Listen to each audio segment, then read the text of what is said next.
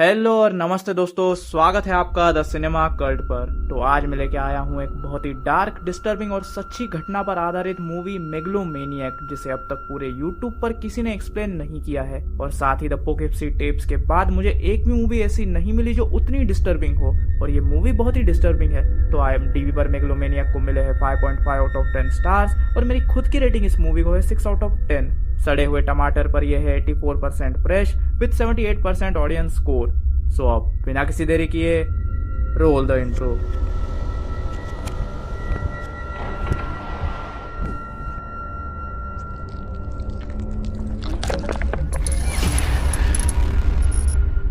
Movie शुरू होती है हमें ये बताते हुए कि 1997 में 6 महीने के दौरान लगभग 15 कचरे की थैलियां मिली थी, जिसमें औरतों के बॉडी पार्ट्स थे जिनकी उम्र लगभग 21 से 47 साल के बीच थी।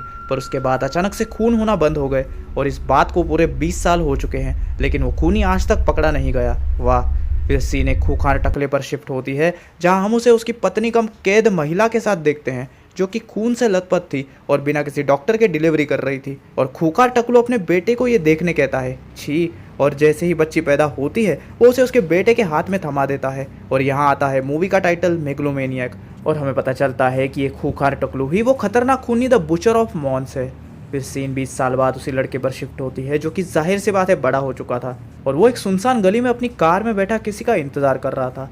तभी उसे अपने शैतान टकलू बाप के हेलुसिनेशन दिखाई देते हैं, और लड़का समझ चुका था कि उसे जिंदगी में क्या करना है। तभी वहाँ एक लड़की आती है, पर इससे पहले वो कुछ समझ पाती, अपने बाप का लाडला बेटा अचानक से उस पर हथौड़े से हमला कर देता है और फिर उसे अपनी कार में डाल देता है। जिसके बाद सीन एक बाथरूम साफ करने वाली महिला पे शिफ्ट होती है, जो हमें बाद में पता चलता है कि वही लड़की है जिसने मूवी के स्टार्टिंग में धरती पर जन्म लिया था। वो घटिया सी जॉब करती थी, जिसमें उसके साथ काम करने वाले और भी घटिया थे, क्योंकि जब वो बाथरूम साफ कर रही होती है तो एक झोपड़ी वाला सीधा उसके सामने आके मूतने लगता है, जिससे उसका साफ किया हुआ फर्श फिर से गंदा हो जाता है। और फिर वो घटिया इंसान अपने गंदे हाथों को उसके कपड़ों से पोंछता है, और उनकी हरकतों से हमें साफ पता चलता है कि उनकी उस लड़की पर बेहद ही गंदी नज़र है। तभी वहाँ एक चचा आते हैं, जो कि उन सबके बॉस थे, और वो उस झोपड़ी वाले पर चिल्लाते हैं और उस लड़की को वहाँ से भेज देते हैं। फिर लड़की अपने बड़े से महल जैसे घर में आती है, जहाँ वो अपने फ़ोन पर हॉट लड़के या शायद लड़कियों को देख रही होती है। जिसके बाद वो अचानक से केक पर ज़ोर ज़ोर से मुक्के मारने लगती है और फिर उसे कुत्ते की तरह खाने लगती है।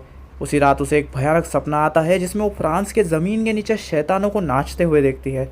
सपने से जागने के तुरंत बाद वो अपने खूनी भाई के पास आती है, जो भी इसी मेंशन में रहता था, और बोलती है शायद घर में कोई घुस आया है। और उनकी बातों से हमें पता चलता है कि उन दोनों के नाम मार्था और फेलिक्स है। फेलिक्स घर छान मारता है, पर घर में कोई भी नहीं था।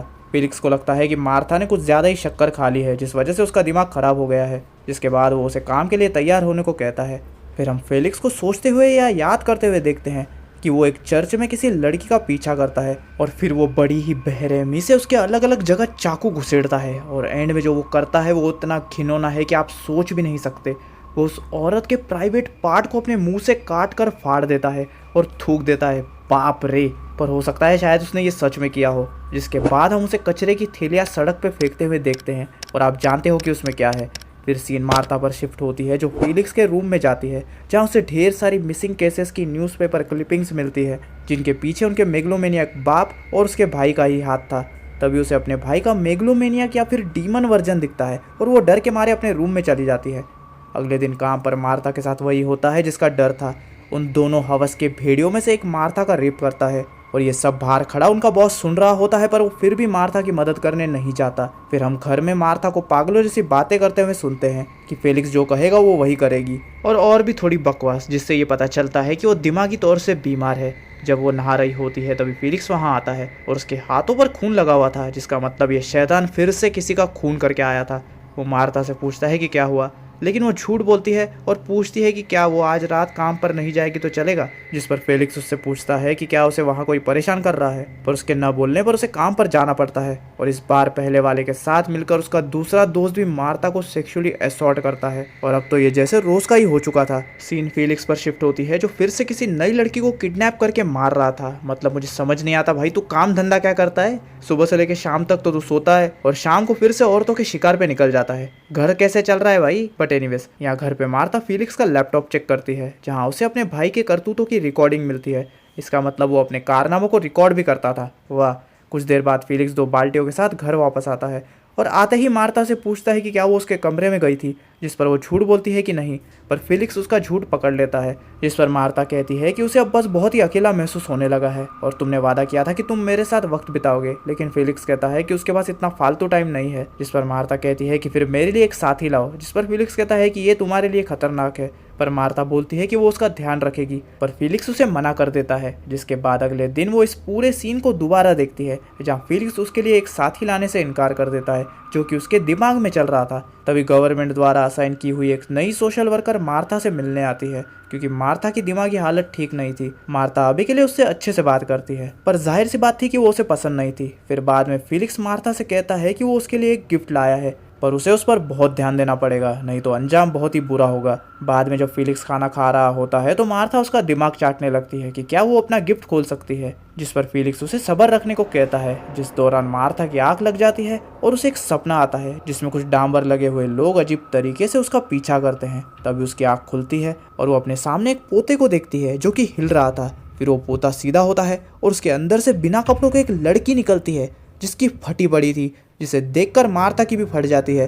वो लड़की चिल्ला पुकार शुरू ही करती है कि फेलिक्स वहां आ जाता है और उसे घसीटकर बाथरूम में ले जाता है जहां वो शैतान उस बेचारी लड़की की जीभ ही काट देता है, शायद ताकि वो चिल्ला पुकार ना कर पाए। और फिर वो मार्था को बुला के उसके हाथ में उस लड़की की जीभ रखता है, जिसके बाद वो उस लड़की को जंजीरों की मदद से दीवार से बांध देता है। और भाई कसम से उस लड़की का दर्द में रोना सुन के इतना बुरा महसूस होता है कि आंख पर कांटे आ जाते हैं। वहीं हम मार्था की आंखों में भी उसके लिए आंसू और दर्द देखते हैं क्योंकि कहीं ना कहीं उसके साथ भी काम पर जबरदस्ती ही हो रही थी और फेलिक्स उस लड़की को मार्था के लिए एक साथी और पालतू जानवर के तौर पे लेके आया था। फिर फेलिक्स के जाने के बाद मार्था उस लड़की के जख्मों पर मरहम लगाने लगती है और उसे वहाँ के नियम बताती है, जिसके बाद वो उसे किटी कह के बुलाती है जैसे कि वो कोई पालतू बिल्ली है। फिर वो उसे बर्तन की तरह घसते हुए नहलाने लगती है और कहती है कि तुम इतनी गंदी हो, तुम्हें गंदगी पसंद है, गंदी लड़की। और वो बेचारी लड़की ये सोच रही होगी कि पिछले जन्म में पता नहीं कौन से पाप किए थे जो यहाँ पर फंस गई। मार्था की हरकतें देखकर ऐसा लगता है कि शायद वो लेस्बियन है और उसे लड़कियां ज्यादा पसंद है, इसलिए लड़कों द्वारा शोषण होना उसके लिए ज्यादा घटिया था। फिर मार्था के काम पर जाने के बाद वो लड़की घर पे अकेली होती है, जिसका फायदा उठा के वो कैसे तो किचन से एक चमचा उठाती है,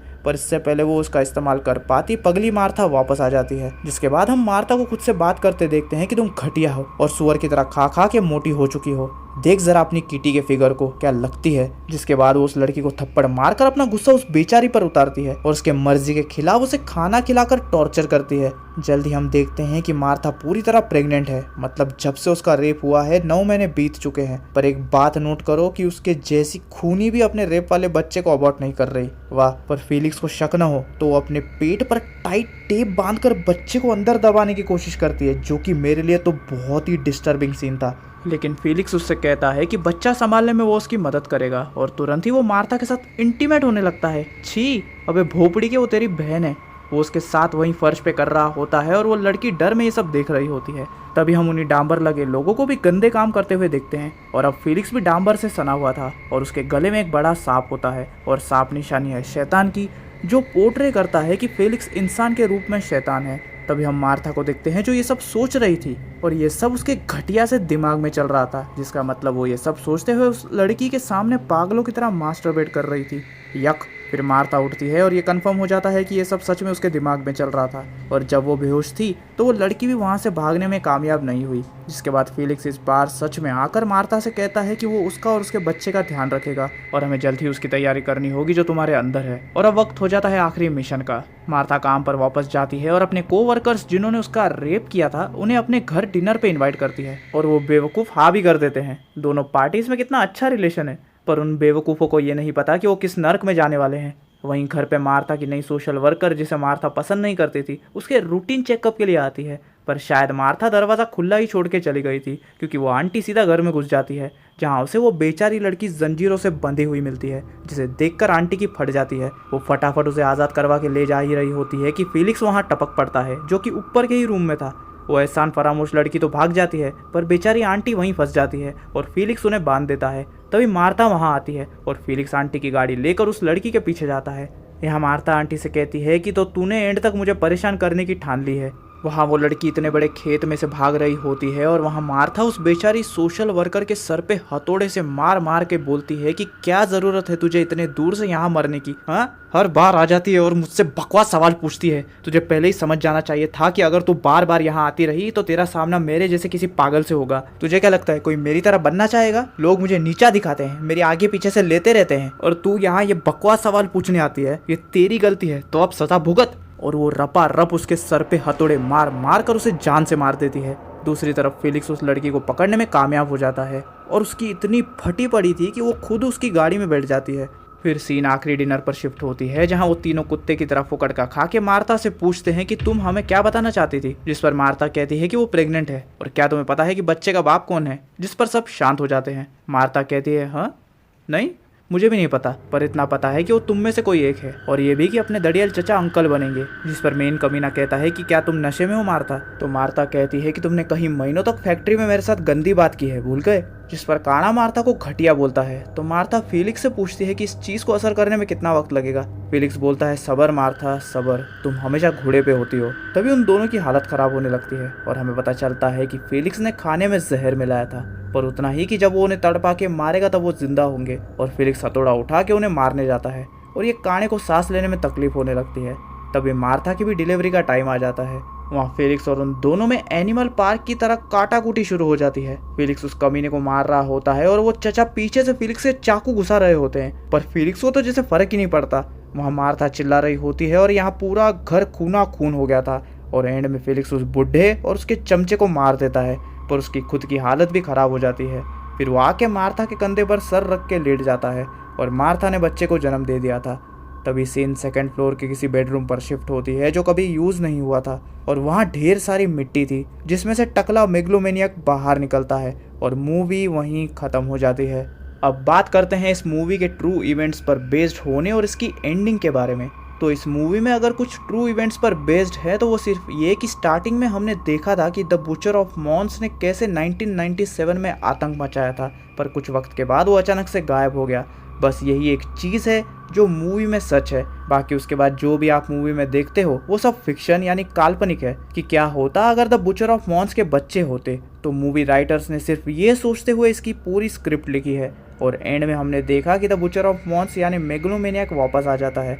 तो वो ये दर्शाने के लिए था कि मार्था का बच्चा अब अगला मेगलोमेनियक होगा जिसने अभी जन्म लिया है। तो एक हिसाब से मेगलोमेनियक वापस आ गया। और इसी के साथ ये था मेरा मेगलोमेनियक मूवी का complete explanation with theory and details. और प्लीज प्लीज प्लीज गाइस, मुझे इस वीडियो को बनाने के लिए बहुत मोटिवेशन और मेहनत लगी है, इसलिए जितना हो सके इस वीडियो को अपने दोस्तों और फैमिली के साथ शेयर करो जिन्हें ऐसे dark and based on true events वाली मूवीज पसंद है। पर सबसे पहले तो इस वीडियो को लाइक करो, अगर चैनल पर नए हो तो सब्सक्राइब करो, और मैं पूरी कोशिश करूंगा कि अगला वीडियो जल्द से जल्द लाऊं। तो इसी के साथ मिलता हूं मैं आपसे अगले वीडियो में, और तब तक के लिए स्टे विद द कल्ट।